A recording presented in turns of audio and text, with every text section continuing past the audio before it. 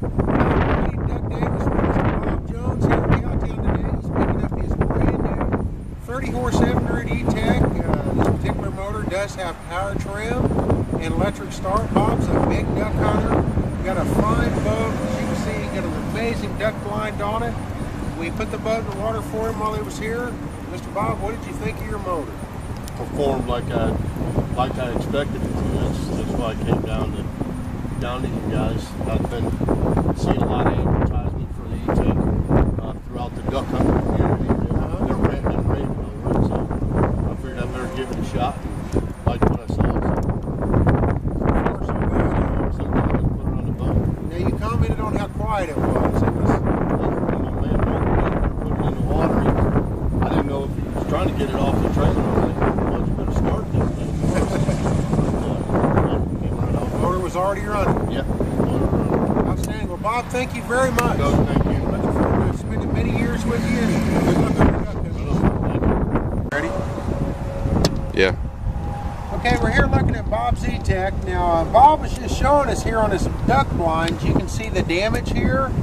That's from the other tiller handle on the other motor that he had. And Bob, show us these adjustments again. What you liked was how you were able to adjust the height on this tiller handle? Yeah, so you can use this adjustment screw and get the handle to different heights that you might want it. You might want it, you know, flush with the motor, or you can raise it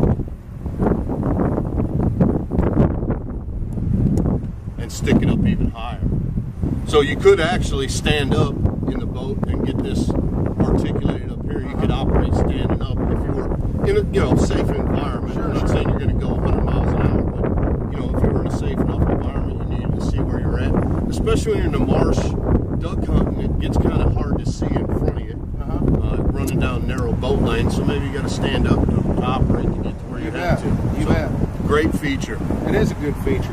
Now, too, you said your other motor, when you hauled it, would bounce around and you had to tarp strap it. Yeah. This one actually has a lock on it here, where we can unlock it and swing it. But when he goes to transport it, we just flip it and the motor's not bouncing around.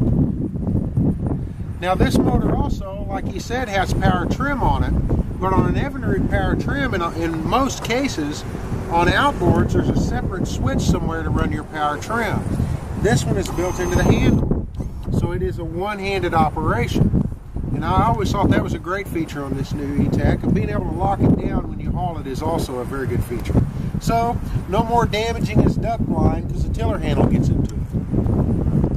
Now we're back here at the back of the boat. Now the E-Tech has a flush system built into it.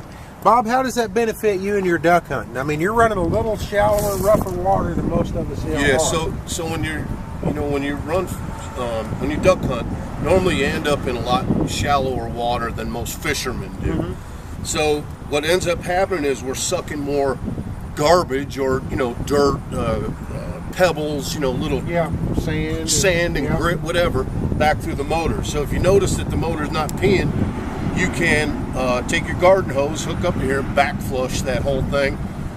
It'll push hopefully it pushes everything back through there. Yeah, and it's a great system and a good point. Now all our E-Techs have this back flush.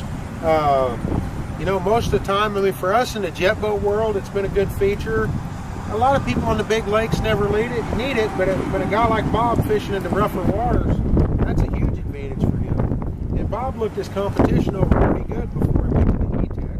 I'm sure we weren't your first stop, but the motor comes standard with a lot of features that were extra on other motors. Is that correct? No, that's totally true.